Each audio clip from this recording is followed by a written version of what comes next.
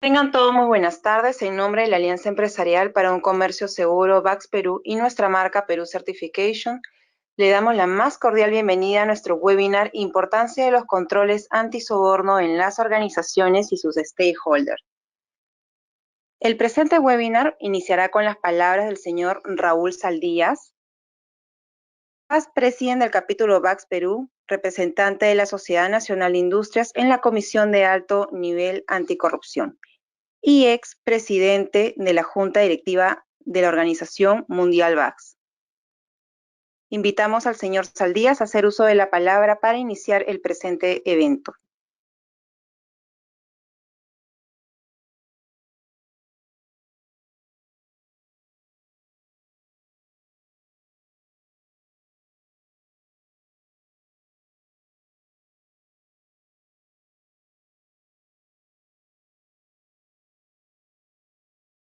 Muy buenas tardes a todos. Agradezco a VAX Perú la invitación de la cual he sido objeto, en la cual me permiten dirigirme a ustedes el día de hoy.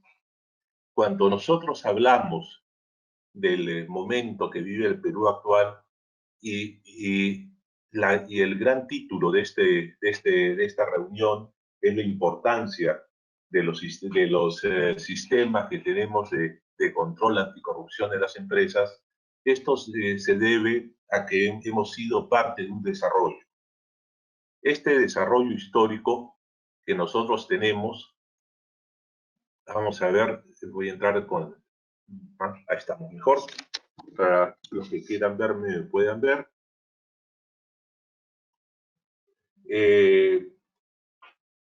Este desarrollo histórico que tenemos en el Perú no comenzó el día de ayer, comenzó mucho tiempo atrás y comenzó los albores de la civilización tal como nosotros la conocemos. Si nos remontamos a la Biblia, al Antiguo Testamento, al Nuevo Testamento, a las historias que conocemos y a la literatura universal, veremos que siempre la corrupción ha estado en ella. Sin ir tan lejos, podemos ir al año 1300 de nuestra era y hay un escritor italiano que se llamó Dante Alighieri. Dante escribió una obra clásica que se llama La Divina Comedia, y no por ser justamente una comedia lleva ese nombre. Si en esa época las obras de literatura, si tenían un final feliz, debían llamarse comedia, y si el final era triste, deberían de llamarse tragedia. Dante describe en esa obra lo que es su visita al infierno, y tiene un final feliz porque llega a salir del infierno, y al salir del infierno, él salva su alma. La Divina Comedia trata sobre tres temas: el pecado, virtud y la teología. En este viaje de Dante al infierno, se encuentra que el infierno está conformado por una serie de círculos, desde los pecados más ligeros o veniales hasta los pecados más mortales. Y en estos 9 círculos que tiene el infierno, el octavo círculo, que es posterior a la violencia, a la herejía, a la avaricia, a la lujuria, etc., se trata justamente de los fraudulentos, es decir, la corrupción. Y el siguiente círculo del infierno son los traidores, que es el noveno, y recién uno llega donde Lucifer, que es el infierno. Entonces, la pregunta es, ¿por qué Dante Alighieri plantea que uno de los pecados peores que existen en el mundo es la corrupción? Y la respuesta uno la va encontrando en el sentido que la corrupción que hace que exista la miseria, que exista la pobreza, y si la corrupción no existiera, lo que uno tendría es un mundo en que habría de todo y no habría carencias para el prójimo. Es así de sencillo. ¿Y cómo era que en el infierno se castigaba en este octavo círculo, que estaba dividido en fosas, y cada fosa era una fosa de tortura? a los que habían cometido este pecado.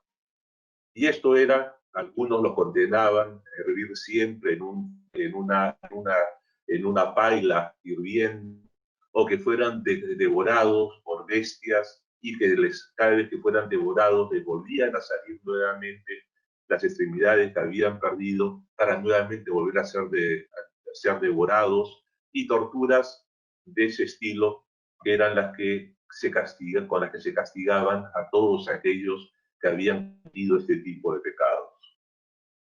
Entonces, estas imágenes que uno puede recordar de los relatos de Dante, los hemos visto también en el cine. Ustedes recordarán que hubo una película que se llamó Inferno. Esa película con Tom Hanks, que se basa en una obra de Dan Brown, justamente sale los círculos del infierno, tal como lo reprodujo un pintor de aquellas épocas que se llamó Botticelli. Entonces, en el cine, en la literatura, siempre se habla finalmente del infierno y se habla de la corrupción. Esta corrupción en el Perú no es un tema reciente. Ya en las épocas anteriores a la llegada de España existía la corrupción, y ahí uno siempre ha escuchado las sanciones que se daban desde las culturas preincaicas hasta la incaica a todos aquellos que cometían delitos. Estos iban a la amputación de miembros y hasta incluso a quitar la vida. Cuando llega a España hay un periodo donde también existió también la corrupción, y finalmente llega la época de la República. La época de la República está muy bien ilustrada en un libro que se llama Historia de la corrupción en el Perú, que lo escribió un doctor en economía, Alfonso Quirós, que fue profesor y catedrático en Estados Unidos, y que da un relato muy preciso de la corrupción hasta el año 2000 de nuestra época. En esa corrupción que se da desde el momento de la independencia hasta el año 2000, él relata todos los casos que han habido de corrupción importantes en la historia del Perú, y termina con la administración que él denomina de Fujimori Montesinos, en la cual señalaba que al año el Perú perdía por corrupción aproximadamente una cifra de 2.000 millones de dólares. Pero esa cifra de 2.000 millones de dólares se la descomponía en varias cosas. En primer lugar, era el manejo regular de la deuda pública. Costaba al país 165 millones de dólares. La corrupción presidencial y militar, 120 millones de dólares. Sobornos en las adquisiciones y en los servicios públicos, 153 millones de dólares. Medidas indirectas al contrabando y al narcotráfico, 600 millones de dólares. Inversión indirecta perdida, 1.000 millones de dólares, y eso totalizaba 2.000 millones de dólares. Este trabajo, que es espectacular, de Alfonso Quirós, y recomiendo que busquen ese libro para entender un poco más lo que nos ha sucedido en el Perú, es un libro que fue editado por el Instituto de Estudios Peruanos. Y como una cosa ocurrente, Quirós cita en uno de sus capítulos una canción de Juan Luis Guerra que se llama El costo de la vida. Y esa canción dice: y la democracia no puede crecer si la corrupción juega ajedrez. Entonces, veamos que este concepto de corrupción, y estamos hablando del año 2000, le costaba al Perú 2.000 millones de dólares en todos los campos que hemos relatado. Sin embargo, al día de hoy se estima que la corrupción al año le cuesta al Perú 4.000 millones de dólares. Y básicamente remitiéndonos solamente a un par de los puntos indicados por Quirós, que es la parte presidencial y lo que es la inversión pública. Entonces, si nosotros nos hemos escandalizado de lo que fue la corrupción hasta el año 2000, realmente Quirós, que escribió su libro en el año 2010 y que todavía no había trabajado este tema, probablemente él le faltó tiempo en su vida, falleció en el año 2003, y hubiera estado fascinado por todo lo que él ha tenido que relatar al día de hoy. Entonces, bien, no les voy a hablar más de este tema de lo que ha sido la corrupción a la fecha, porque es un tema que para nosotros es cotidiano. Lo que quiero relatar es ahora mi experiencia en los minutos que me quedan. Y mi experiencia, ¿cuál es? La de ser director en la Sociedad Nacional de Industrias, haber visto temas de corrupción de distintos ángulos, desde que ingresé a BASC como representante de la Sociedad Nacional de Industrias en el año 98, y al haber presidido dentro de la sociedad una comisión que se llama de lucha contra el contrabando, la adulteración y la falsificación, o sea, el comercio ilícito, durante 25 años. Esta experiencia mereció que cuando se crea la Comisión de Alto Nivel Anticorrupción, y la cual existen 3 representantes del sector privado, siendo uno de ellos el que habla, me correspondió desde el año 2013 hasta el día de hoy asistir a esta comisión. Y esta comisión se crea justamente para generar políticas públicas para luchar contra el fraude, la corrupción y todos estos males endémicos y que se han acentuado en los últimos años.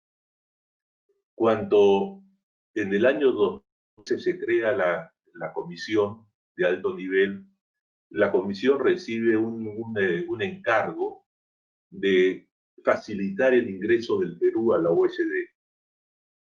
Y la OECD le dice al Perú lo siguiente: si ustedes quieren ser parte nuestra, tienen que cumplir ciertos requisitos. Dentro de uno de ellos es tener una legislación precisa y coherente en la lucha anticorrupción. Porque se ha señalado que el ingreso del Perú a la OECD tiene que hacerse a través de la mesa anticohecho. Y eso nos lleva a que nosotros, para cumplir los requisitos de la OECD, teníamos que establecer un modelo de prevención que a su vez fuese la forma en que las empresas deberían implementar medidas para evitar ser parte del cohecho, y debería de ser en el tema internacional. Nosotros comenzamos a trabajar ese tema en el año 2014, y de 2014 al 2015 presentamos una propuesta de ley que fue aprobada en el Congreso de la República y que creó la ley que justamente señala el modelo de prevención y los beneficios de las empresas que hayan hecho el uso de él en caso de que tengan un problema de cohecho. Nuestra gran sorpresa fue, estoy hablando que esto fue durante el gobierno de Mala, fue aprobada la ley, lo tuvimos listo, pero lastimosamente no llegó a ser aprobado ya porque era los finales del gobierno. Pero cuando se inicia el gobierno del presidente Kuczynski, una de las primeras medidas que toma este gobierno, cambiar las reglas del modelo de prevención, y el modelo de prevención quedó, como uno diría, desnivelado, y tal es así que una de las exigencias que tuvo la OECD al Perú, y que el Perú lo ha ido subsanando de poco a poco, es tener un modelo de prevención que en verdad sea eficaz. Este modelo de prevención se fue discutido durante casi un año. En la Comisión de Alto Nivel Anticorrupción está la representante del que es el presidente del Consejo de Ministros, el ministro de Justicia, el presidente del Tribunal Constitucional, presidente de la Corte Suprema, el fiscal de la Nación, el Contralor de la República, el defensor del pueblo, los representantes de los gobiernos municipales y regionales, y en fin, otros representantes más de la sociedad civil. Y nosotros llegamos a un acuerdo por unanimidad de cómo esto se debía de trabajar. En aquel entonces tuvimos un apoyo muy importante de parte de INACAL. Ahora bien, estando ya dentro de este proceso de que el Perú aprobaba una norma, la norma era presentada a consideración de la OSD iba a dar comentarios. En Basque Perú nosotros comenzamos a ver que era necesario que el país contara con un sistema que pudiera implementarse en las empresas y considerábamos que este sistema debería ser certificado. Esto llevó a que en Basque comenzáramos primero a hacer consultas con INACAL, si ellos estaban próximos o no a poder traer al Perú las normas ISO que tenían que ver con los temas de corrupción. Ya hablábamos en aquel momento de la 19.600 de compliance, de la 37.001, que es la de anticohecho, y nos encontramos de que dentro de lo que es la maquinaria del Estado iba a pasar irregular tiempo. Y nosotros, de acuerdo a la ley, teníamos un plazo de varios meses en los cuales la ley entraba en vigencia y cuando entrase en vigencia ya el modelo de prevención iba a ser reconocido por las autoridades judiciales del Perú. Entonces esto hizo que Basque buscara en la ANAP y en la PECB de Canadá la capacitación y el reconocimiento para poder formar auditores. En el caso de la 37.001 y a su vez que VAS pudiera convertir, tal como sucedió, en la primera certificadora latinoamericana de la norma 37.001. En fin, hicimos también un trabajo con INACAL. Tuve el honor de ser el presidente del Comité Técnico Nacional de Sistemas de Gestión de Integridad y con lo cual convertimos la 19.600 y la 37.001 en normas técnicas nacionales.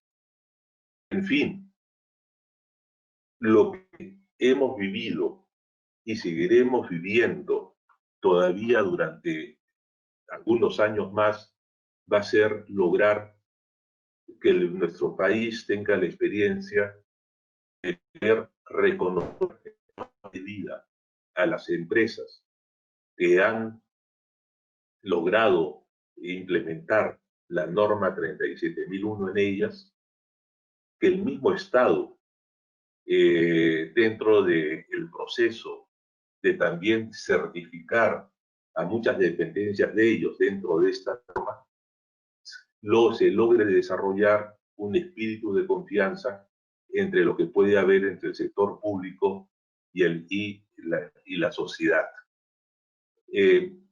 Cuando en el año 2013 participamos junto con otras entidades del Estado en una encuesta nacional sobre las percepciones de lo que era la corrupción en el Perú, nos encontramos que el 60% de la corrupción se identificaba como una iniciativa del sector público y que un 40% de la corrupción como una iniciativa de los privados.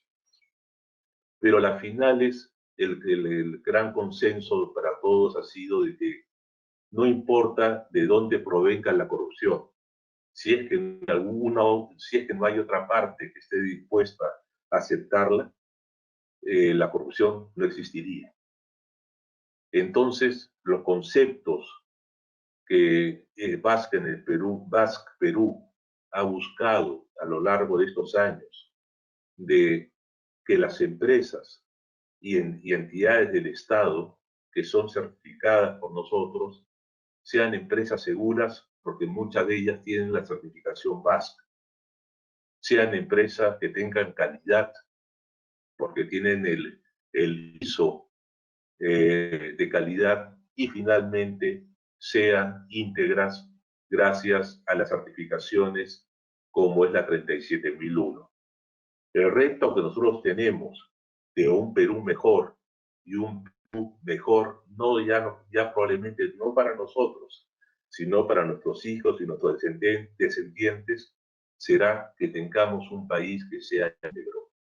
La riqueza que tiene el Perú, en todo sentido de la palabra, han permitido que el Perú siga siendo una nación que tenga futuro y que tenga buena proyección, y que en los últimos 20 años haya sido incluso ejemplo regional.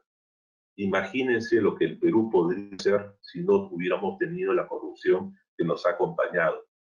Probablemente seríamos una nación que podría estar en Europa.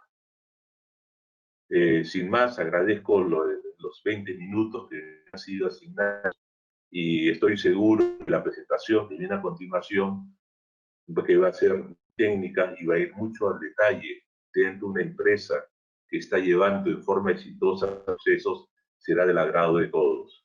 Muy buenas tardes.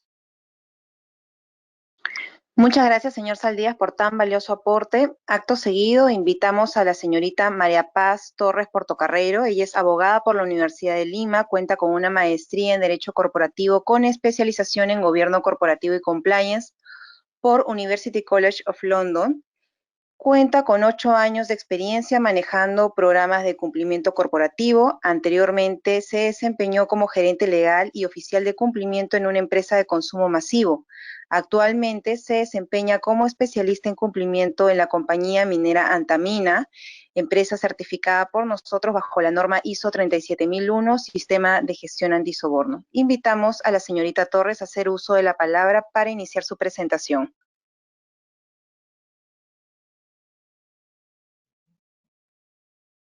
Buenas tardes con todos. Gracias, Yanela, por la presentación. Bueno, agradecer a BASC por la invitación a participar de este webinar y poder compartir con todos ustedes la importancia de los controles antisoborno dentro de las organizaciones, así como nuestra experiencia en la implementación de un sistema de gestión antisoborno alineado a la norma ISO 37001. He preparado una presentación un poco para hacer más amigable, el tema. Al final, quienes tengan preguntas, bienvenidas sean. A ver si me dan unos minutos para poder compartir esto.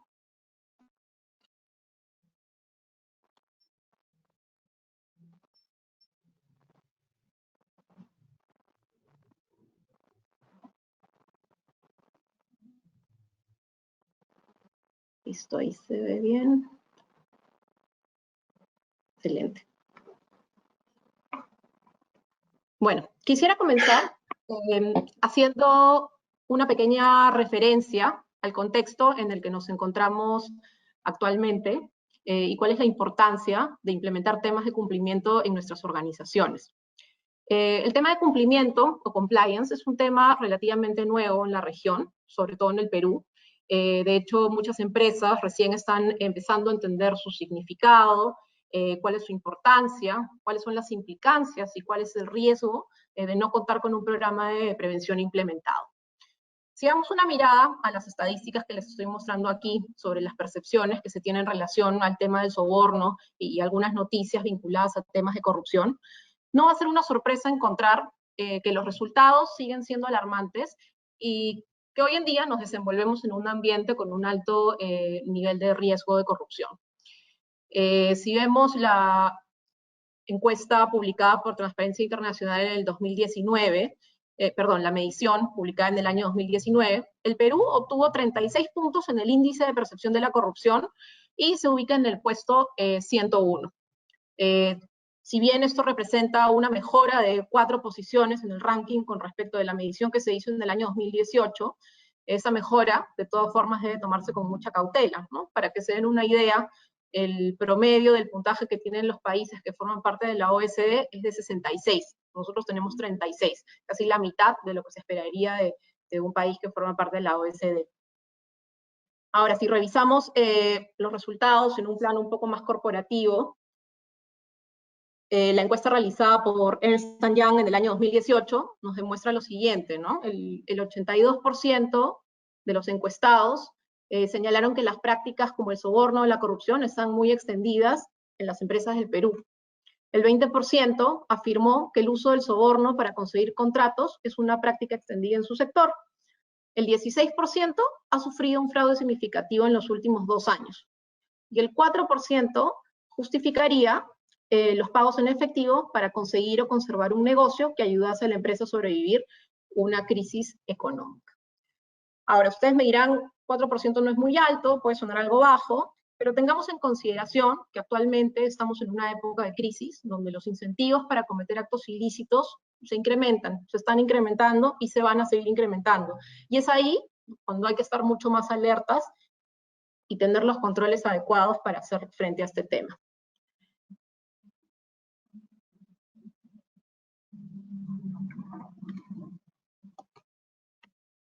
Si nosotros entramos a ver las noticias, van a abundar titulares como los que les estoy mostrando aquí. Mal uso de recursos, abusos de posición de confianza, fraudes. Esos suelen ser casos muy comunes en épocas de crisis. Y hoy en día, en el contexto en el que estamos, con el tema del COVID, se está dando mucho, ¿ok? Entonces, ante esta coyuntura adversa, las acciones de prevención por parte de las organizaciones han dejado de ser una recomendación y más bien se convierten en necesarias, por no decir prácticamente indispensables.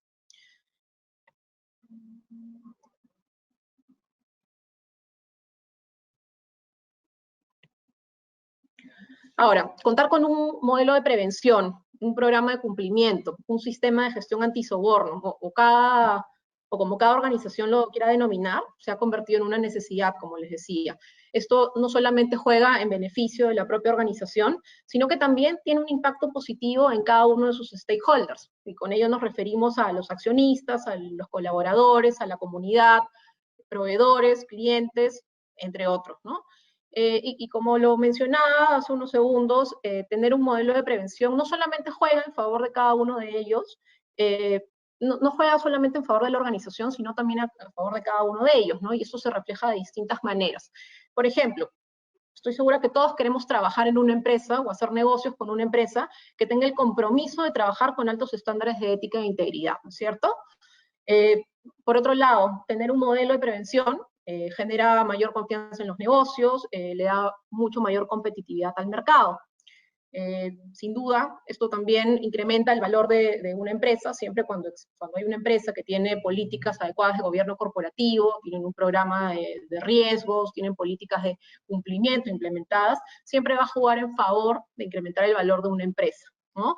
Naturalmente, un entorno ético y legal siempre va a añadir seguridad, siempre va a fomentar la seguridad para los inversionistas. De otro lado, tenemos un tema de reputación, ¿no? La reputación en una empresa tiene un valor intrínseco muy alto. Las personas hoy en día están mucho más atentas a la forma en que operan las empresas y cuáles son los valores que tienen. Y finalmente, y no menos importante, hay un tema legal y económico de por medio. Hoy existe regulación al respecto y las sanciones y las multas derivadas de cometer un acto ilícito de este tipo son muy altas y generan consecuencias muy serias para las empresas, ¿no? Como pueden ver, entonces, es claro que contar con un modelo de prevención es importante y es beneficioso para una organización.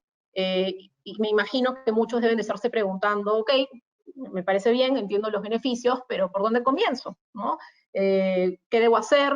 ¿Por dónde debo comenzar? Por favor, alguien denme una guía de cómo seguir adelante con este tema. Entonces, para responder estas preguntas, brevemente yo quisiera hacer una referencia al contexto normativo existente para que se puedan dar una idea de cuál es la normativa y la regulación que rige este tema y contarles cómo en Antamina fuimos construyendo nuestro programa de cumplimiento sobre la base de esto. ¿Okay? Nosotros en Antamina implementamos nuestro programa de cumplimiento en el año 2011 aproximadamente. Se tuvo como referencia 2 normas internacionales, que son el FCPA y el UK Bribery Act. Estas son, la primera es la norma americana y la segunda es la norma inglesa, que regulan el tema de corrupción a nivel internacional. Y bueno, se tomaron en ese momento estas normas como referencia y a partir de ello se implementaron una serie de componentes básicos que forman parte de un modelo de prevención, ¿no? Se diseñaron políticas, procedimientos, se implementaron controles de debida diligencia, se contrató el servicio de una línea ética, comenzamos con programas de capacitación, entre otras actividades. Y la única referencia en ese momento eran esos instrumentos internacionales. Ya con los años, y digamos, también un poco derivado de todos los escándalos de corrupción que han habido en Latinoamérica, y bueno, y aquí en el Perú, fue emitiéndose normativa local, de modo que nos vimos obligados a ir adaptando este programa a fin de asegurar el cumplimiento de las distintas exigencias que plantean las normas.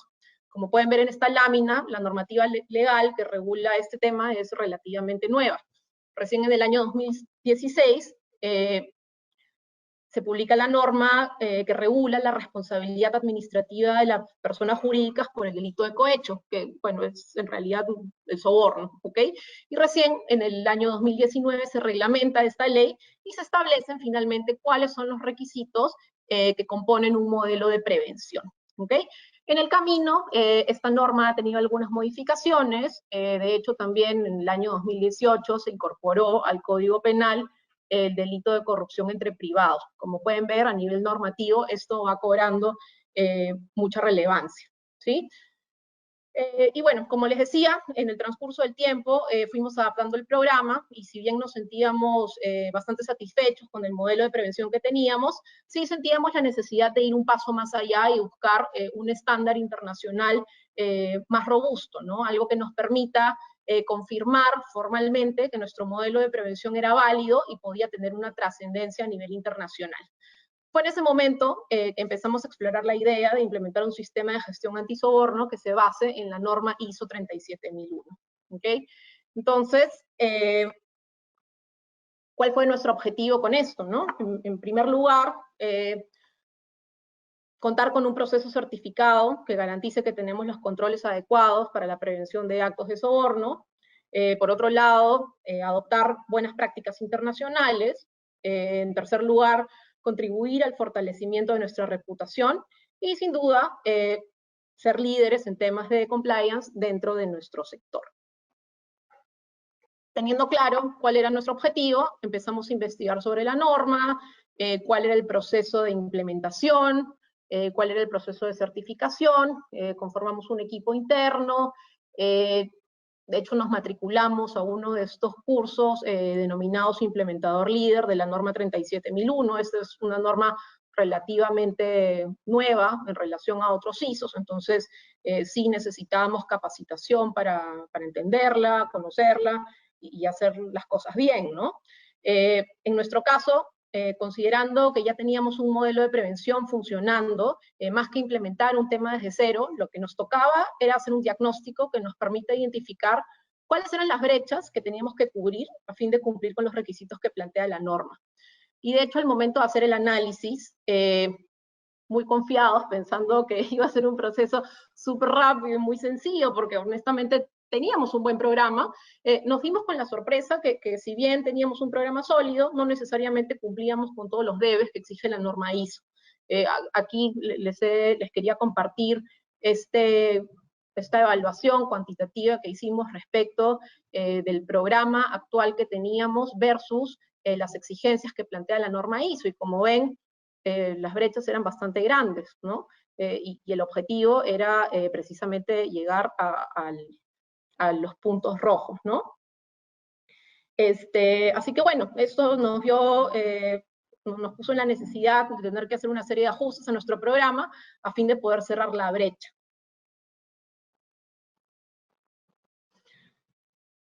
Ahora, para los que no están familiarizados aún con la norma ISO, quería mostrarles cuál es la estructura de la norma. Esta norma se compone en 4 etapas. Está la etapa de las denominan así, ¿no? Planear, hacer, verificar y actuar. Cada una de estas etapas trata distintos puntos que contienen una serie de requisitos que deben cumplirse y evidenciarse. Es muy importante, ojo aquí, el tema de la evidencia, porque finalmente es lo que uno va a mostrarle al auditor.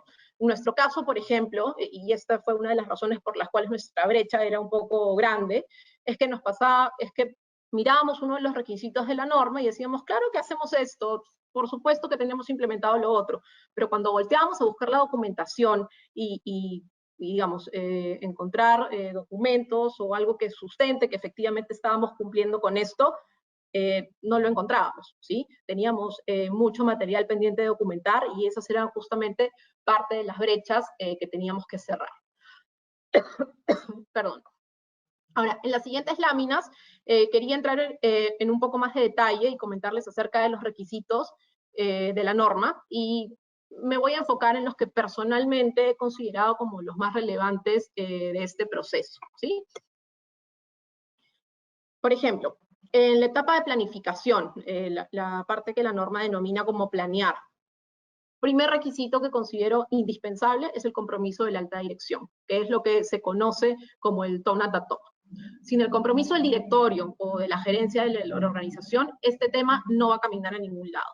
Es fundamental que haya un liderazgo para la implementación del sistema, porque finalmente uno lidera con el ejemplo. ¿Sí? Si el directorio, si la gerencia no cree en el tema, no está convencido de que esto es un buen sistema, créanme que la organización no lo va a entender, no lo va a respetar y no lo va a cumplir. Así que yo creería que esa es la primera piedra que tienen que poner en la construcción de este sistema. En segundo lugar, hay que evaluar el riesgo de soborno en la organización, ¿sí? Y aquí sí les voy a contar una curiosidad de esta norma, es que a diferencia de otras, el ISO 37001 te permite certificar por procesos. Es decir, yo podría certificar en ISO 37001 únicamente mi proceso logístico si así quisiera, ¿sí?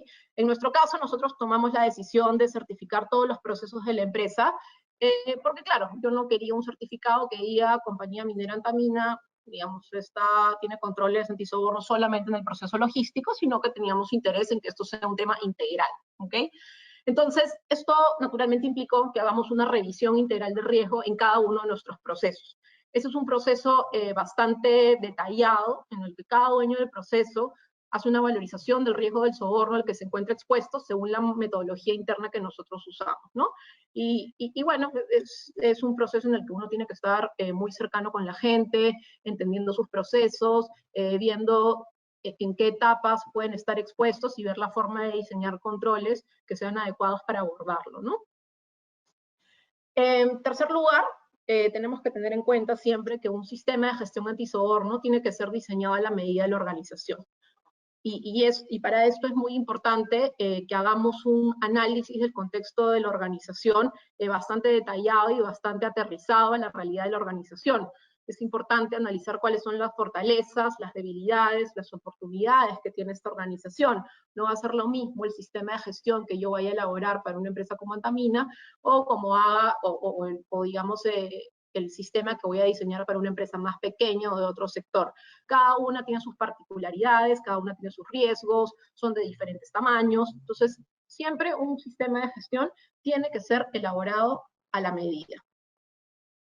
Y finalmente, el tema de recursos es sumamente importante. Y cuando me refiero a recursos, no solamente me refiero a la parte, digamos, al presupuesto que se les tiene que asignar para la implementación y su mantenimiento, sino también al recurso humano, ¿sí? Es importante que haya una persona, un equipo, ¿no? Según las necesidades de la empresa, que se puedan hacer cargo de esto y que puedan sacar el sistema adelante.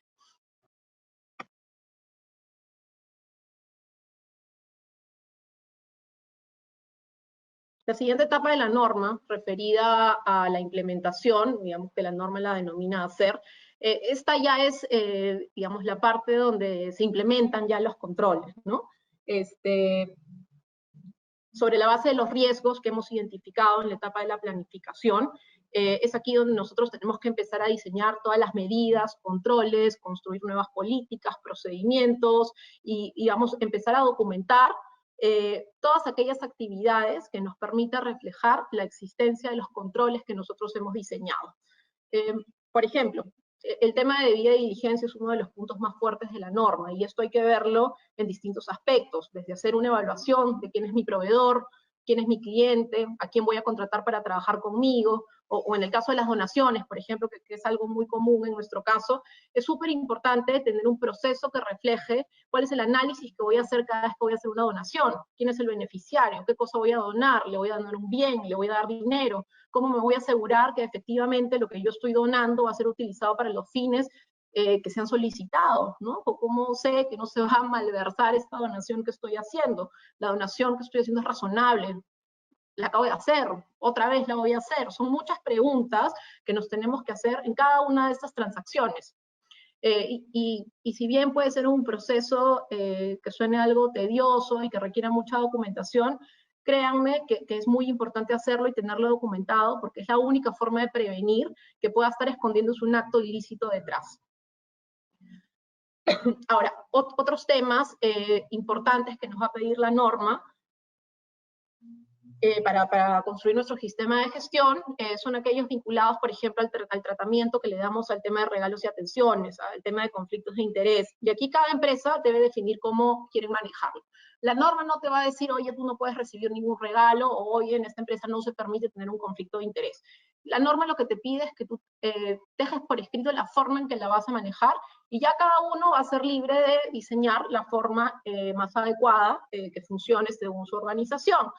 Por ejemplo, hay algunas empresas que han decidido, en el tema de regalos, por ejemplo, que han decidido permitirlos bajo ciertos parámetros o bajo ciertos límites, y hay algunas otras que han optado por ser más estrictas y que han, digamos, prohibido cualquier tipo de entrega, ¿no? Ahora, otro punto que creo que es clave, y es un tema en el que tenemos que trabajar de manera constante, es el tema de capacitación y sensibilización. Y digo que es clave porque es importante no solamente llenarnos de papeles y llenarnos de documentación, sino que es importante que las personas realmente crean en el programa. Detrás de un programa de cumplimiento, en realidad lo que hay son personas, ¿ok?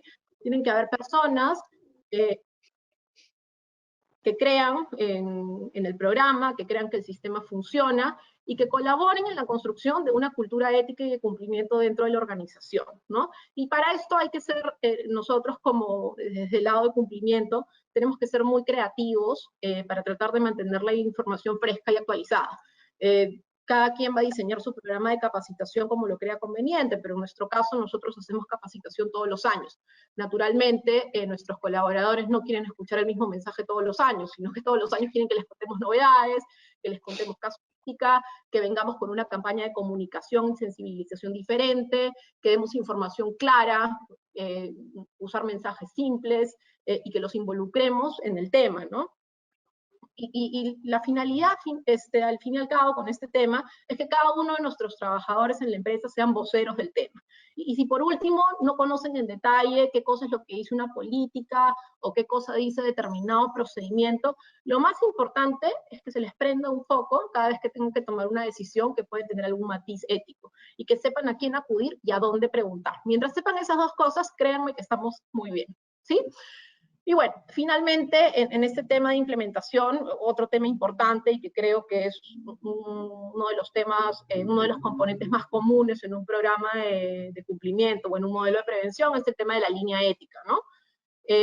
Solamente aquí hacer hincapié en que es súper importante reforzar el tema de la confidencialidad de este sistema y garantizar que no existen represalias por hacer denuncias.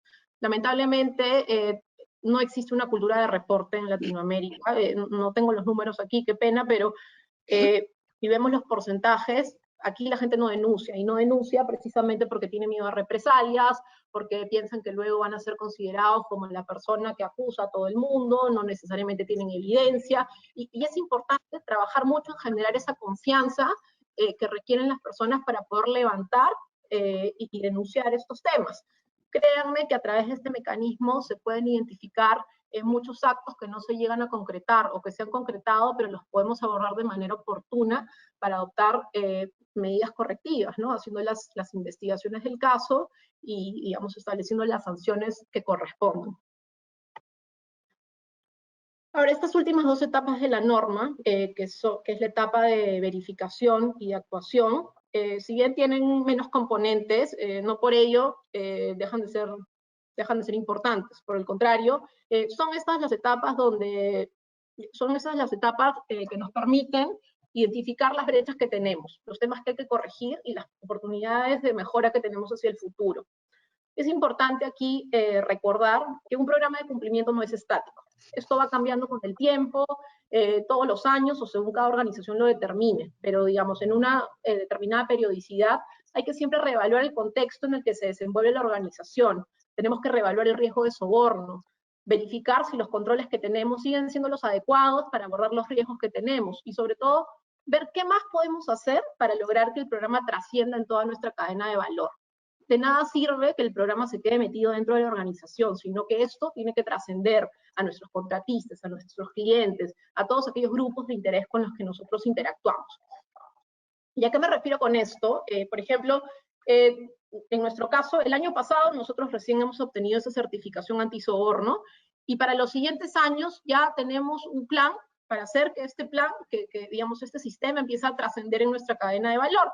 Y ya estamos construyendo un plan para que en los siguientes años contar con una certificación de este tipo sea ya una exigencia para algunos de nuestros contratistas, naturalmente de manera progresiva, según su tamaño, según su nivel de riesgo, ¿no? Y digamos, eso es una práctica que no las estamos inventando nosotros, sino que, por ejemplo, el OCE ya la hace en las licitaciones públicas. Hoy en día, cuando uno se presenta a una licitación pública, puede obtener un puntaje adicional por tener una certificación ISO 37001.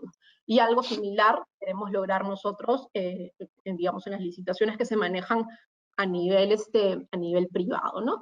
Y como les decía, esto no es estático, tenemos que ir adaptando a las circunstancias. Estamos en estos tiempos de COVID, naturalmente tenemos que hacer algunos ajustes. A inicios de año teníamos un plan de sensibilización y capacitación presencial, con visitas a la mina, con interacción con la gente, y naturalmente el contexto nos obliga a tener que reinventar el plan, ¿no? Manejar los temas de manera virtual, ver otras formas que son efectivas, que sean efectivas para llegar a la gente, y bueno, es lo que pasa en el contexto en el que estamos, ¿no? Y bueno, creo que estoy todavía dentro del tiempo, simplemente quería compartir con ustedes algunas conclusiones, algunos retos y aprendizajes que hemos tenido durante este proceso. En primer lugar, sí quería destacar que la ISO 37001 considero que es una excelente herramienta para la prevención de actos de soborno. Esto es una guía clara y detallada. Creo que sistematiza y certifica un sistema de gestión, lo cual nos da un orden y una metodología para asegurar que esto se mantenga vigente con el paso de los años. Nuevamente reiterar que contar con el compromiso del directorio o de la gerencia es indispensable. O sea, sin eso, de verdad que el tema no camina.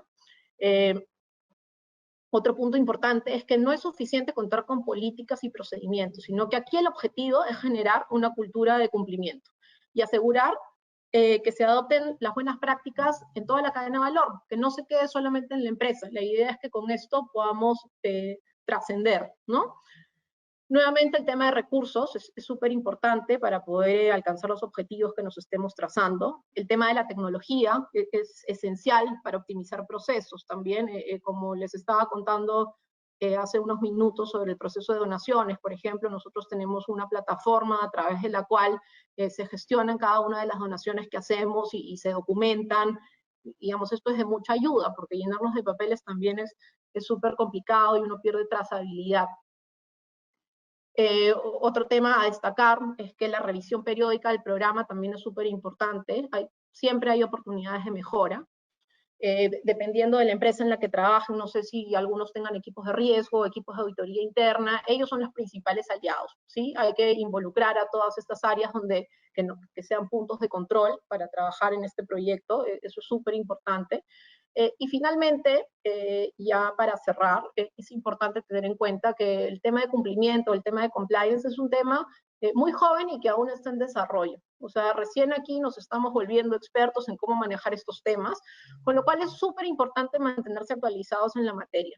es importante asistir a estos webinars, buscar una capacitación, conversar con algunos pares en otras empresas e ir recogiendo las experiencias de ver qué cosa es lo que ha funcionado y qué cosa no, ¿sí? Y bueno, eso es todo lo que quería contarles. Esa ha sido nuestra experiencia en la implementación de este sistema de gestión.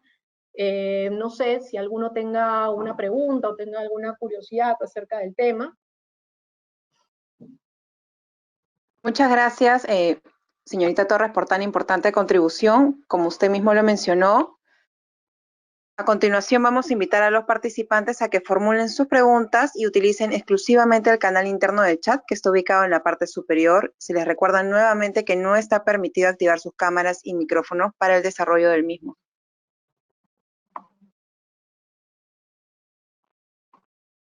Tenemos una primera consulta, María Paz, es de parte de Margaret Paredes de Antapacay. Ella nos menciona lo siguiente: ¿cómo han manejado la sensibilización hacia los beneficiarios de donaciones a fin que ellos comprendan la importancia de la debida diligencia?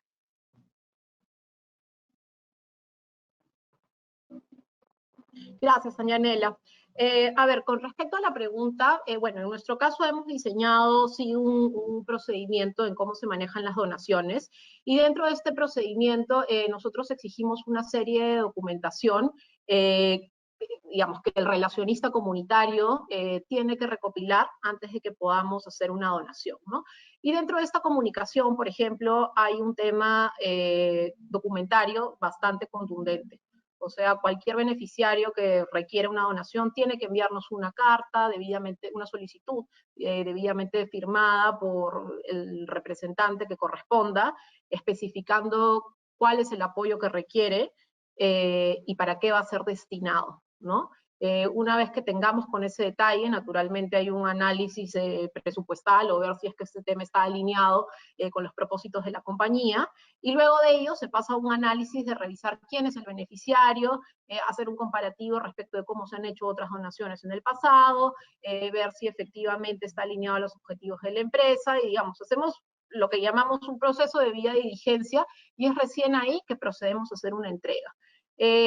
Cosas que hacemos nosotros, por ejemplo, priorizamos que las entregas sean bienes o temas que nosotros como empresa paguemos directamente. Evitamos las entregas de dinero porque es un poco más difícil hacer trazabilidad en qué se va a utilizar el dinero, ¿no?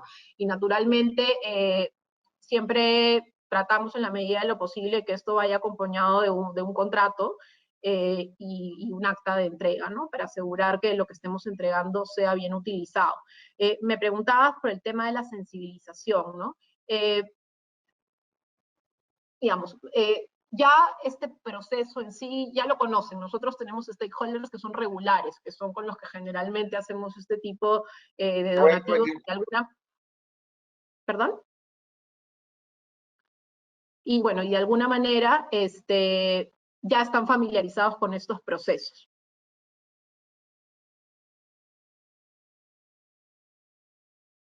Tenemos acá otra consulta.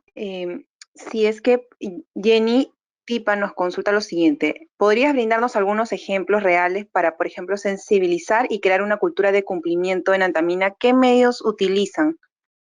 Sí, por supuesto. A ver, por ejemplo, el año pasado nosotros implementamos la semana de cumplimiento, ¿sí?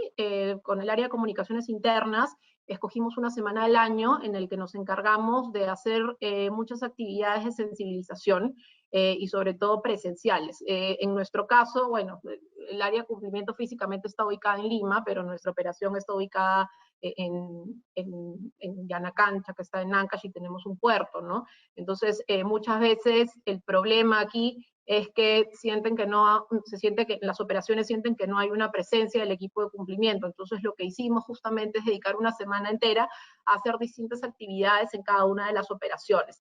Hicimos juegos, concursos, trivias, incluso llevamos un mago. O sea, la idea es tratar de llamar la atención y hacer mucha comunicación con el tema, ¿no? Temas que hay que comunicar bastante, por ejemplo, es el tema de la línea ética. Puede parecer un tema muy simple, pero de verdad que nuevamente, es súper importante reforzar el tema de la no represalia, de la confidencialidad, de para qué cosas sirve, fomentar que la gente no tenga ningún temor a hacer un reporte. Esa es una forma, ¿no? Es una forma presencial que yo creo que es súper rica porque la gente te conoce, tienes mucho contacto con las personas que están en la operación. Y por otro lado, medios digitales. Los medios digitales siempre vienen bien, sobre todo en esta época. Mucha comunicación a través de mails, mucha capacitación. Bueno, actualmente las estamos manejando a través de estos canales como webinars. Incluso tenemos una página web que es interna, en la que ahí colgamos todo el contenido vinculado a los programas de cumplimiento, ¿no? Hacemos pequeños videos que tratan distintos temas. Por ejemplo, nos dedicamos una semana o un mes a tratar el tema del soborno. Entonces ponemos casitos, pasamos un video explicativo de qué cosa significa, de cómo reconocer un acto de soborno, qué hacer cuando lo identificamos, y digamos, otro mes nos abocamos a comentar acerca de los conflictos de intereses y así sucesivamente, ¿no? Pero la idea es utilizar todos los medios que puedas tener disponibles, ya sea presencial o digital. Gracias, María Paz. Otra consulta de parte de Arlene Muñoz. Quiere saber cómo implementaron o si te le pueden dar algunos ejemplos con relación al canal de denuncias anónimas. Sí, claro. Bueno, en nuestro caso, nosotros tenemos tercerizada la línea ética. Esto no es una obligación, pero es una buena práctica. Hace ya muchos años tenemos contratado un tercero que literalmente lo que hace es contestar el teléfono, atender la web que tenemos para denuncias y el correo electrónico que tenemos para dichos efectos. Entonces el proceso es el siguiente. Si tú llamas a la línea ética de Antamina, va a contestar este tercero, va a tomar nota de tu denuncia y, digamos, dentro de las 24 horas remiten a los responsables dentro de la empresa un reporte con el detalle de la denuncia. Ya el contenido de la denuncia es revisado e investigado internamente, y, digamos, el flujo de comunicación es a través de este tercero. Ahora, muchos me preguntarán por qué usan un tercero, qué beneficios te traen. En primer lugar, hay un tema de independencia, hay un tema de transparencia y hay un tema de garantizar de que la línea funcione de manera permanente. Por ponerles una referencia, o sea, imagínense que yo misma administre la línea ética, no sé, si no estoy en la oficina, no tengo el teléfono cerca, simplemente se pierde una denuncia, ¿no? Lo bueno de que lo haga un tercero y que tenga plataformas disponibles para atenderla 24 horas, te garantiza de que no se va a perder nada en el camino, y además nadie podría cuestionarte de que filtraste una denuncia, por ejemplo, ¿no? Otra consulta que hemos recibido de parte de José es la siguiente. En Antamina, ¿qué otros estándares internacionales han implementado y cómo estos se interrelacionan con la ISO 37001? ¿Te refieres a qué otras ISOs tenemos? Sí, otros estándares internacionales entiendo que son por las certificaciones. A ver, déjame contestar primero la pregunta desde el punto de vista de cumplimiento. En algún momento de la presentación les comenté que cuando recién nosotros implementamos nuestro programa, lo hicimos sobre la base de dos normas, que es la americana y la inglesa, que es el FCPA y el UK Bribery Act. Si ustedes revisan ambas normas, en realidad los planteamientos que tienen son muy similares a los que hoy en día tienen nuestras normas en el Perú, e incluso la norma peruana hoy se copia prácticamente de lo que te dice el ISO. Entonces, son muy similares. Ahora, nosotros no, digamos, eso es simplemente una referencia.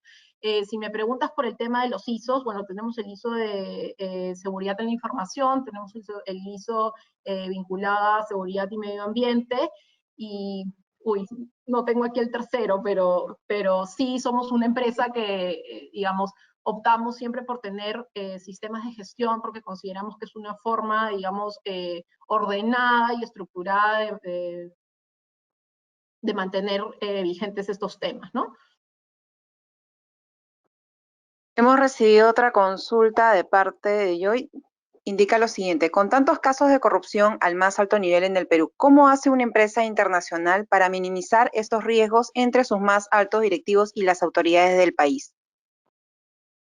Perdón, ¿me podrías repetir la pregunta?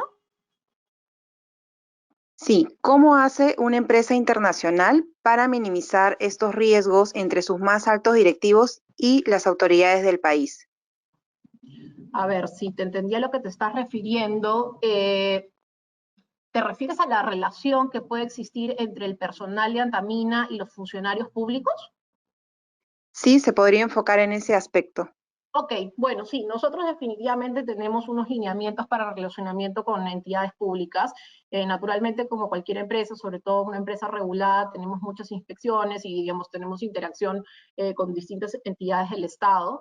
Y sí tenemos una serie de lineamientos justamente para esta interacción y que nunca pueda ser entendida como una oportunidad de un relacionamiento indebido. O sea, por ejemplo, las reuniones siempre son en las oficinas de la entidad, con un, digamos, con un propósito y un objetivo claro, nunca son en lugares, no sé, en un restaurante o en un café, en lugares privados, esas cosas no pasan nunca.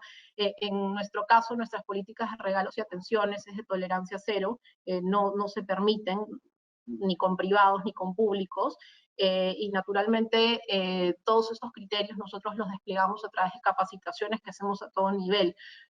Cuando yo les hablaba de las capacitaciones, estas son a todos nuestros empleados al 100%, o sea, las casi 3.000 personas que trabajan con nosotros reciben una capacitación en este tema. Naturalmente, las capacitaciones son diferenciadas según el nivel de riesgo al que están expuestos, y si ustedes me preguntan por los directivos, que es por donde iba la pregunta, tienen una capacitación mucho más especializada, donde todos los años tenemos un invitado especialista en un determinado tema que nos ayuda a entender con más detalle el tema, ¿no? Por ejemplo, como referencia, el año pasado hicimos esta capacitación con un penalista, precisamente para que nos hable acerca de cuáles son los riesgos derivados de un incumplimiento, un tema de compliance, ¿no? Tengo otra consulta de parte de Cecilia Jaramillo. ¿Podría indicarnos cómo se cumple la función de cumplimiento? ¿Existe algún procedimiento? No existe un procedimiento en sí. La norma cuando te habla de la función de cumplimiento, en realidad se refiere al rol que va a cumplir generalmente el oficial de cumplimiento, ¿no? Y esta generalmente apunta a un tema de monitoreo. Es decir, yo desde mi calidad de oficial de cumplimiento no me puedo limitar a simplemente recibir denuncias, ¿sí? Sino que yo tengo que, me tengo que encargar de ver ¿qué hay detrás de estas denuncias? Tengo que trabajar en un tema de análisis de data, o sea, si yo recibo 3 denuncias que más o menos me hablan de lo mismo, yo tengo que buscar la forma de que estos temas se relacionen y buscar qué medidas correctivas yo puedo adoptar para evitar que eso siga ocurriendo, ¿no? Eso es a lo que la norma le va a llamar el tema del monitoreo permanente, y eso está asociado con la función de cumplimiento. Francis Figueroa nos consulta lo siguiente. ¿Existe algún requisito palpable como un requisito legal o penal vigente que justifique la implementación del sistema de gestión antisoborno? No, esto no es una obligación, esto es un tema voluntario. Pero como yo les comentaba cuando hablábamos acerca de las normas, hoy en día tenemos la norma que regula la responsabilidad administrativa de la persona jurídica. Y lo curioso de esta norma, bueno, más que lo curioso en realidad, lo resaltante de esta norma es que precisamente te permite eximirte de responsabilidad en caso la empresa pueda demostrar que tenga un modelo de prevención vigente. ¿Okay? Y si bien el reglamento de la ley establece cuáles son los criterios mínimos que podría contener este modelo de prevención, creo que el ISO es una excelente referencia justamente para acreditar que tu modelo de prevención es completo, funciona, y bueno, va a finalmente colaborar a la eximencia de esta responsabilidad o a reducir este nivel de responsabilidad, ¿no? Pero no es un tema obligatorio, es un tema, yo más bien le llamaría obligatorio entre comillas, porque creo que una empresa no debería ya, digamos, existir sin un programa de prevención. Yo creo que ya es un tema esencial, indispensable, pero bueno, eso es una opinión personal, ¿no? Hemos recibido una consulta de Gwendolyn Sánchez. Ella quiere saber si es que se podría comentar sobre la periodicidad de revisión de los planes de acción. ¿Es anual o se recomienda de repente un periodo un poco más corto? En nuestro caso nosotros lo hacemos anual, porque créeme que no te van a dar los tiempos para hacerlo de manera más corta. Pero naturalmente esto va a depender de los tipos de riesgos que tengas y de los resultados derivados de tu auditoría interna o de tu auditoría externa. Dependiendo de las observaciones que hayas tenido, uno tiene que medir cuál es la periodicidad ideal para tener que revisarlos. Pero creería que hacerlo en una base anual es suficiente. Carlos Valencia de Damper nos consulta lo siguiente. ¿Qué criterios se sigue para implementar el comité del sistema de gestión antisoborno? A ver, no existe en realidad un comité de un sistema de gestión antisoborno. Les cuento un poquito lo que tenemos nosotros. Nosotros formamos un equipo, en realidad, que se iba a encargar de implementar este sistema. El equipo estaba conformado por el área de cumplimiento, que en realidad somos 2 personas, y por una persona del equipo de riesgos y por una persona del equipo de un área que se llama excelencia operacional, que justamente es el área que administra los sistemas de gestión dentro de la compañía. ¿Sí? Era un equipo pequeño, sin embargo, cuando nosotros lanzamos esta iniciativa de implementar este sistema de gestión, sin duda convocamos a los líderes de todas las áreas de la empresa. Como les decía, es sumamente importante contar con el apoyo de la alta gerencia, del directorio y los líderes de la empresa, porque finalmente eso es un tema que va decantando dentro de los equipos, ¿ok? Entonces, digamos, quienes hicimos el trabajo de implementación fuimos 4 personas internamente, pero sí era sumamente importante convocar a los líderes de los distintos equipos para comprometerlos a implementar este tema. Ahora, eso ha sido en cuanto al equipo que ha implementado el sistema. Nosotros en paralelo tenemos un comité de ética, ¿sí? Este comité de ética es el órgano que se ha constituido dentro de la empresa precisamente para tratar y tomar todas las decisiones vinculadas a temas éticos dentro de la organización. Por ejemplo, si tenemos una denuncia vinculada que nos llega a través de la línea ética, la resolución la va a hacer este órgano. O si queremos tomar una decisión relevante, como por ejemplo, no sé, cambiar los lineamientos de cómo deben de manejarse los conflictos de intereses. Estos temas se van a discutir dentro de este comité, ¿no? Y este comité está conformado por altos ejecutivos de la empresa, ¿no? El vicepresidente de Recursos Humanos, el vicepresidente legal, el CFO, así que, pero bueno, no existe no existe, digamos, no hay requisitos obligatorios que uno debe cumplir, sino que cada quien lo va a conformar según la estructura que tengan en la empresa, ¿no? Hemos recibido la consulta de Alfonso Llamosas. Quiere saber si es que nos podría explicar la metodología que utilizaron para identificar los riesgos de soborno en su organización. Sí, claro. A ver, nosotros en Antamina tenemos ya una metodología interna de riesgos. Brevemente te comento cómo es que nosotros la hemos aplicado específicamente para el sistema de gestión antisoborno. En primer lugar, lo que hicimos fue hacer un listado de cada uno de los procesos que tenemos dentro de la empresa. Y en función a cada uno de esos procesos que tenemos dentro de la empresa, tuvimos reuniones con cada dueño de proceso a fin de analizar cuál es eventualmente el riesgo de soborno al que podría estar expuesto su proceso. A modo de ejemplo, departamento logístico de compras. Primer riesgo identificado dentro del proceso. Que un postor quiera pagar una coima a uno de los empleados de Antamina a cambio de ser favorecido en la licitación. ¿Okay? Digamos que ese es el supuesto. Ese supuesto luego va a ser evaluado con, digamos, un grado de probabilidad y con un grado de impacto. Y, digamos, ya tenemos una fórmula que te calcula el nivel de riesgo al que puede estar expuesto. Entonces, tenemos nosotros una matriz que tiene más o menos 30 líneas de riesgo, que luego es reflejada en un gráfico distinto, donde nosotros planteamos cuáles son las causas que generan ese riesgo y cuáles son los controles que nosotros implementamos justamente para mitigar ese riesgo y que tenga un nivel de probabilidad bajo. No sé si se entendió la explicación, pero si quieres luego te puedo dar un poquito más de detalle.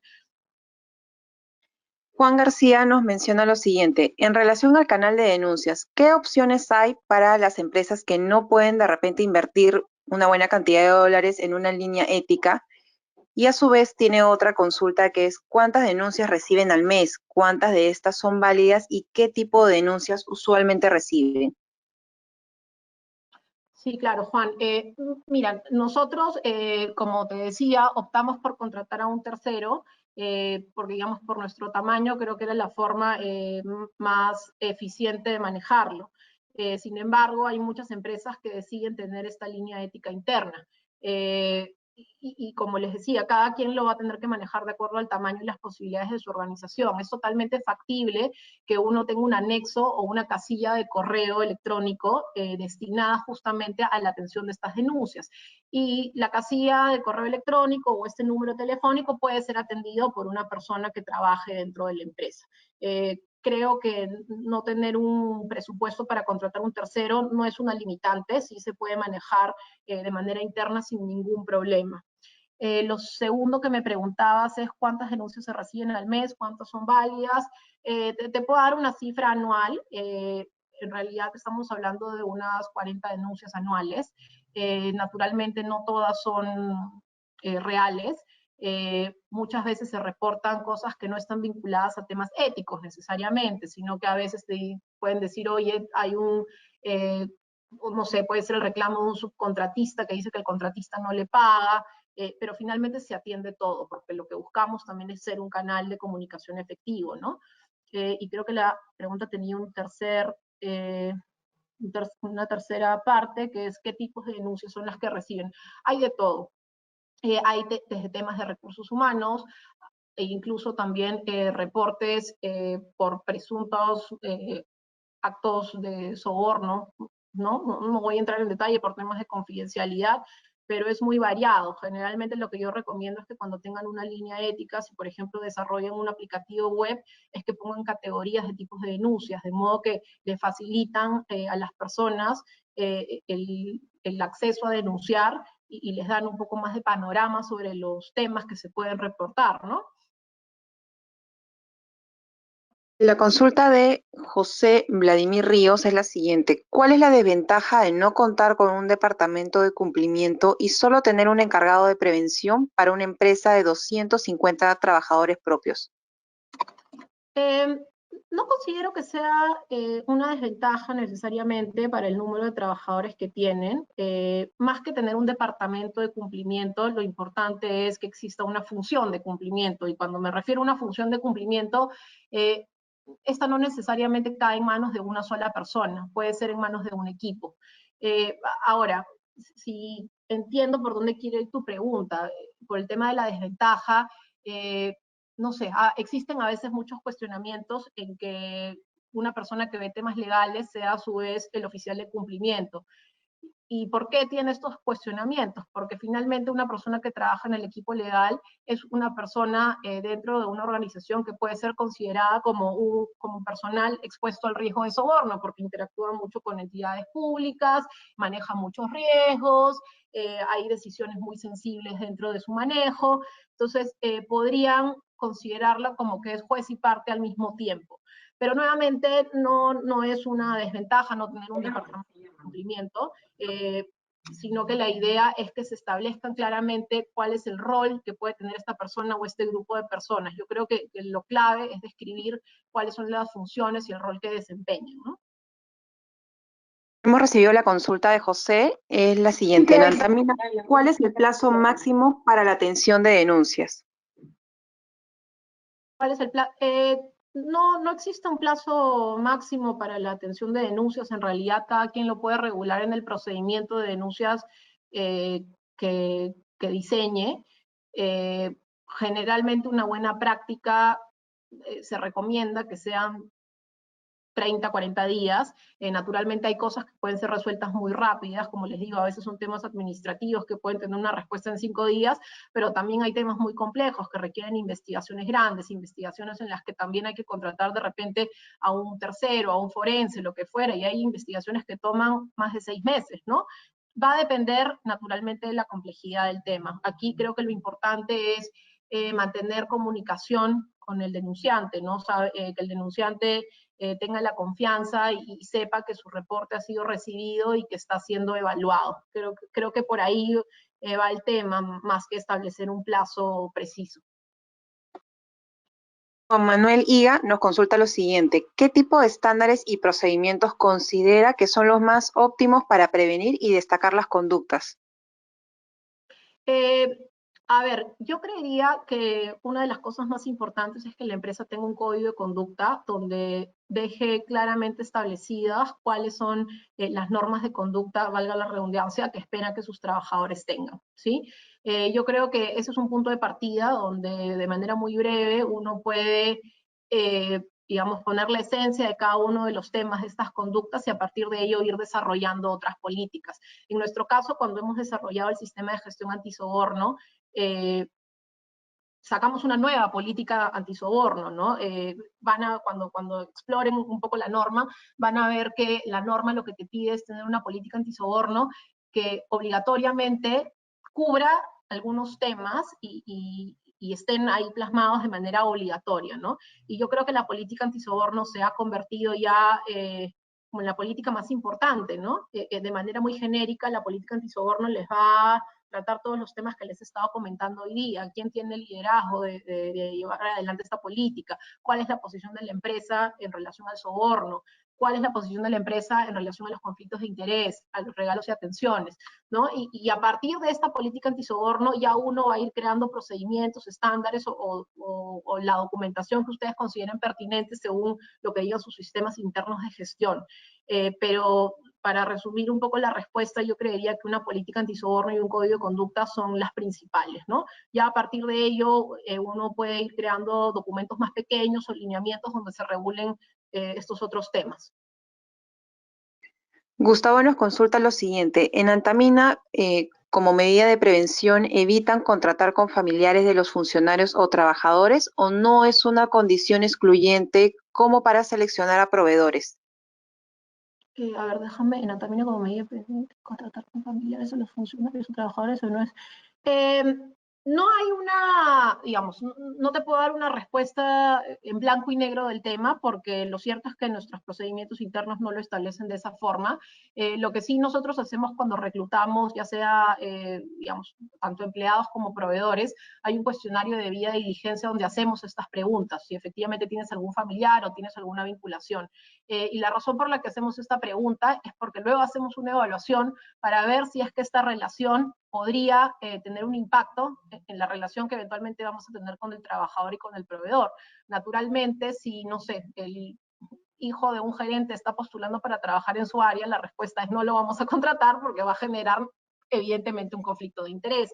Pero hay muchos casos en que hay familiares dentro de la empresa que trabajan en áreas totalmente distintas, que no tienen ningún tipo de relacionamiento y ello no tiene ningún impacto en cuanto a un tema de conflicto de interés o un tema de clima laboral y no hay ningún inconveniente, ¿no? Pero sí levantamos esa información y la información lo que se hace es se analiza y se evalúa. Pero no, digamos, de entrada, la respuesta no es ni sí ni no, sino que hay una evaluación de por medio.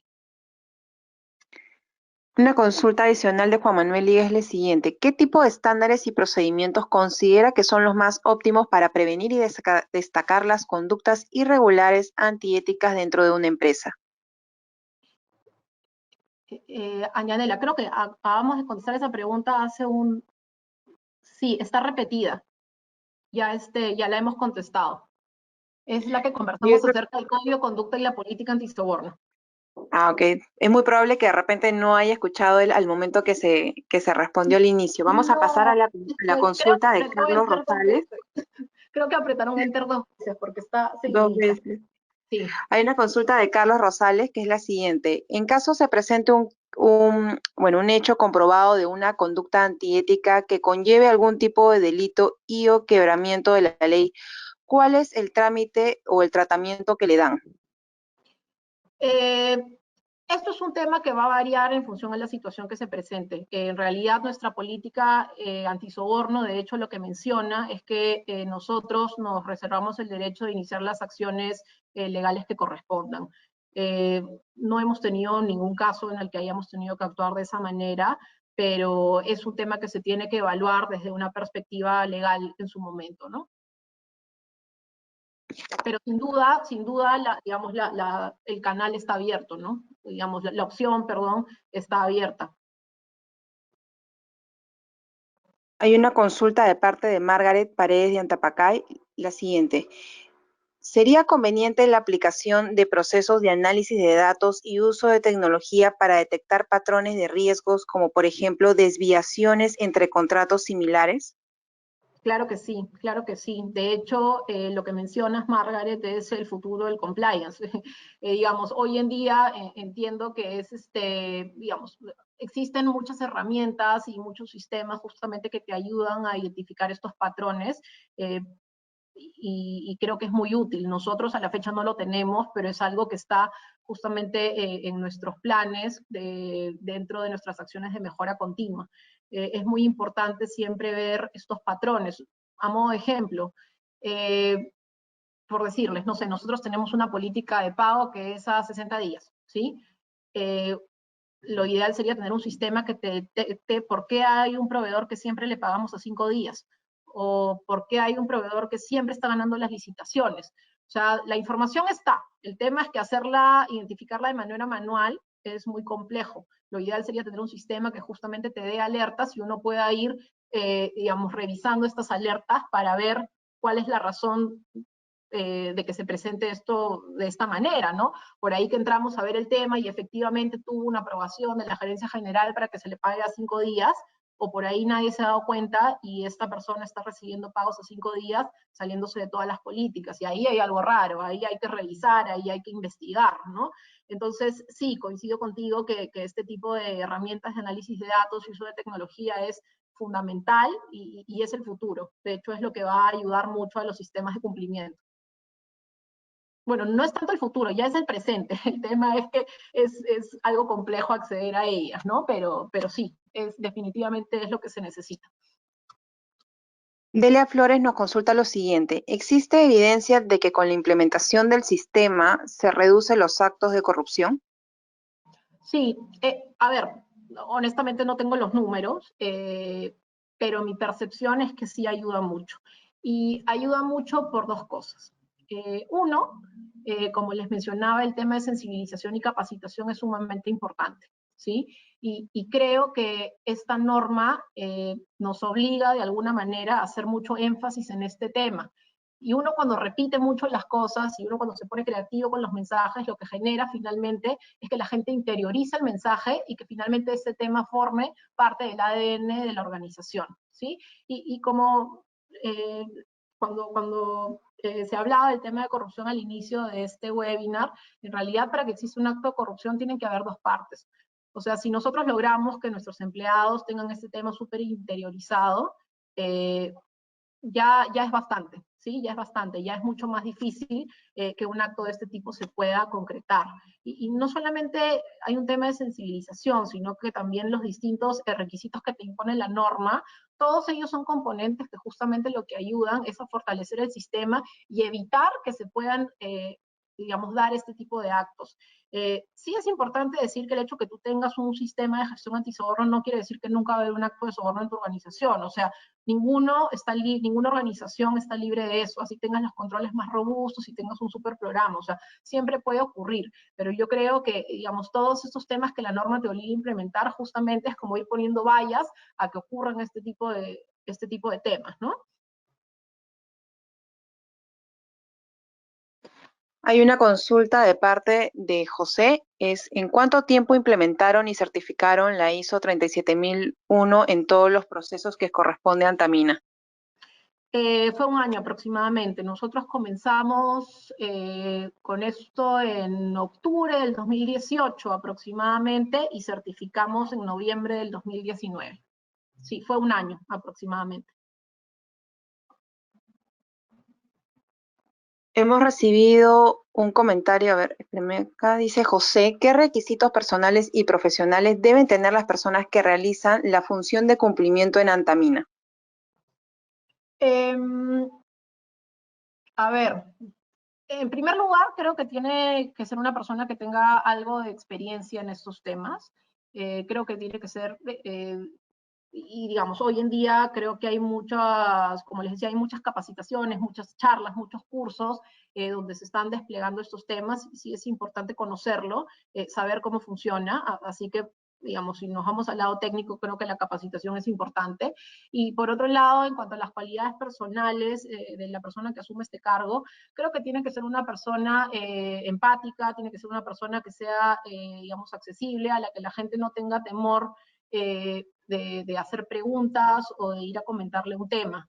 Tener un oficial de cumplimiento que recibe denuncias prácticamente es como alguien a quien le estás yendo a contar un secreto. Entonces, yo creería que lo recomendable no es poner a una persona a la que la gente le tenga miedo, porque finalmente esto es una función de prevención. Ojo, esto no es una función de auditoría. O sea, aquí no es la persona que viene a castigar, sino que el oficial de cumplimiento o el encargado de prevención, como lo dice su nombre, es una persona que busca prevenir. Entonces, para uno prevenir, tiene que generar confianza.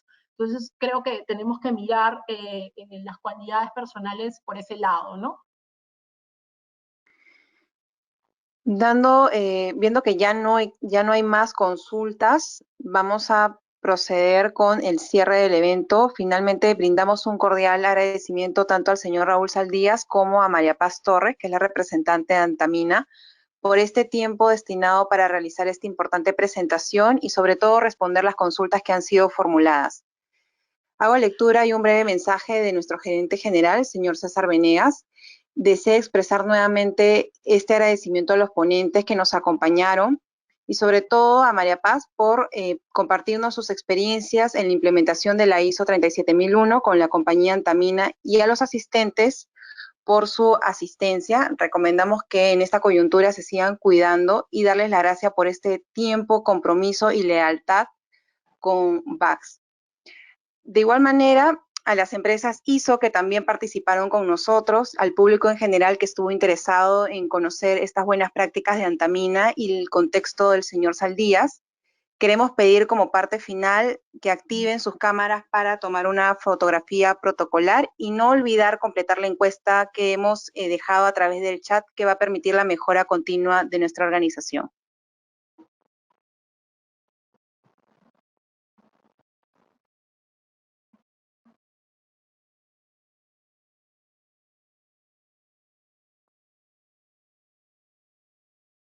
Asimismo, María Paz, quiero hacerte extensiva. Hemos recibido a través del chat, como puedes ver, muchos señales de agradecimiento.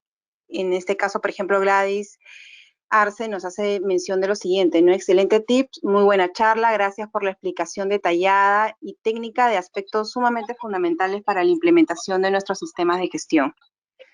Vamos a proceder a tomar la foto con todas las personas que están asistiendo. Les pedimos, por favor, que desactiven sus audios, solo dejen la cámara.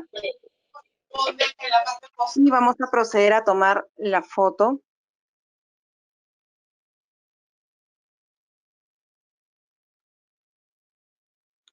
De esta manera, damos por concluido este webinar. Agradecemos a los más de 170 personas que se conectaron el día de hoy. Nos da mucho gusto verlos, que se encuentran bien desde sus hogares, desde su trabajo. Y eso sería todo por parte de este webinar. Pero en el caso de los taxistas, algo intencional. Muchísimas gracias, María Paz. Muchísimas gracias, señor Saldías. Un gusto a por la todos. Bueno. Gracias, María Paz. Gracias. Hasta luego. Gracias. Luego con todos. Muchas gracias. Gracias. Gracias. Muchas gracias.